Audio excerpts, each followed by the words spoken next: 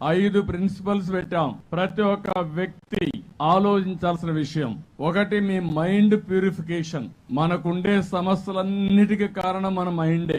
ఎంతటి వాళ్ళైనా సరే ఒకసారి చెడు ఆలోచన రావడం, చెడు పనులు చేయడం, అక్కడి నుంచి జీవితాలను నాశనం చేసుకునే పరిస్థితి వస్తాం.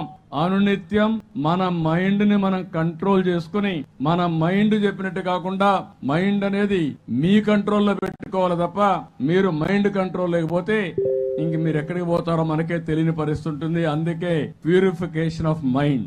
కొంతమందికి హత్యలు చేయడం అలవాటు, అదే చేస్తానే ఉంటారు, వాళ్ళకి ఎన్ని చెప్పినా కూడా. ఇలాంటి కొన్ని సమస్యలు ఉన్నాయి. అవి రాకుండా కాపాడుకోవాలంటే స్వచ్ఛ భారత్ లో, స్వచ్ఛ ఆంధ్రప్రదేశ్ లో మైండ్ కంట్రోల్ చాలా ముఖ్యం. రెండో విషయం మీరు చూస్తే ప్యూరిఫికేషన్ ఆఫ్ యువర్ బాడీ. మీ శరీరాన్ని మీరు ప్యూరిఫికేషన్ చేసుకోవాలి. నిద్ర లేస్తానే ఇష్టానుసారంగా తింటే ఆ నుంచి డయాబెటీస్ వస్తుంది. ఎప్పుడన్నా ప్రాబ్లం వస్తే కాలు తీసేయాల్సి వస్తుంది. అక్కడి నుంచి అనేక సమస్యలకు, ఆరోగ్య సమస్యలకు కారణం అవుతుంది. మీ బాడీని మీరు కంట్రోల్ చేసుకుంటే తద్వారా సమాజానికి మీరు మేలు చేసిన వాళ్ళు అవుతారు. అది కూడా మనం ఆలోచించుకోవాల్సిన అవసరం ఉంది. మూడోది, మీ ఇల్లు చక్కదిద్దుకుని బయటికి పోతే బయట చక్కదిద్దడం చాలా సులభం అవుతుంది. అందుకని ఈ ఇల్లు పరిశుభ్రంగా పెట్టుకోవాలి.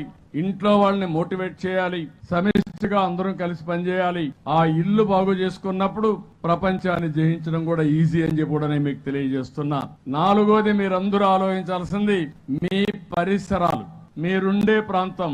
ముందు మీరు మీ మైండ్ కంట్రోల్ చేసుకోవాలి, మీ శరీరాన్ని కంట్రోల్ చేసుకోవాలి, మీ ఇంటిని ప్యూరిఫై చేయాలి. ఆ తర్వాత మీ పరిసరాల్లో ఆహ్లాదకరమైన వాతావరణానికి చెత్త లేకుండా, అదే మరిగా మరుగుదొడ్లు లేకుండా, మురికి కాలువలు రోడ్డు మీదకి రాకుండా చేసుకోవాల్సిన అవసరం ఉంది.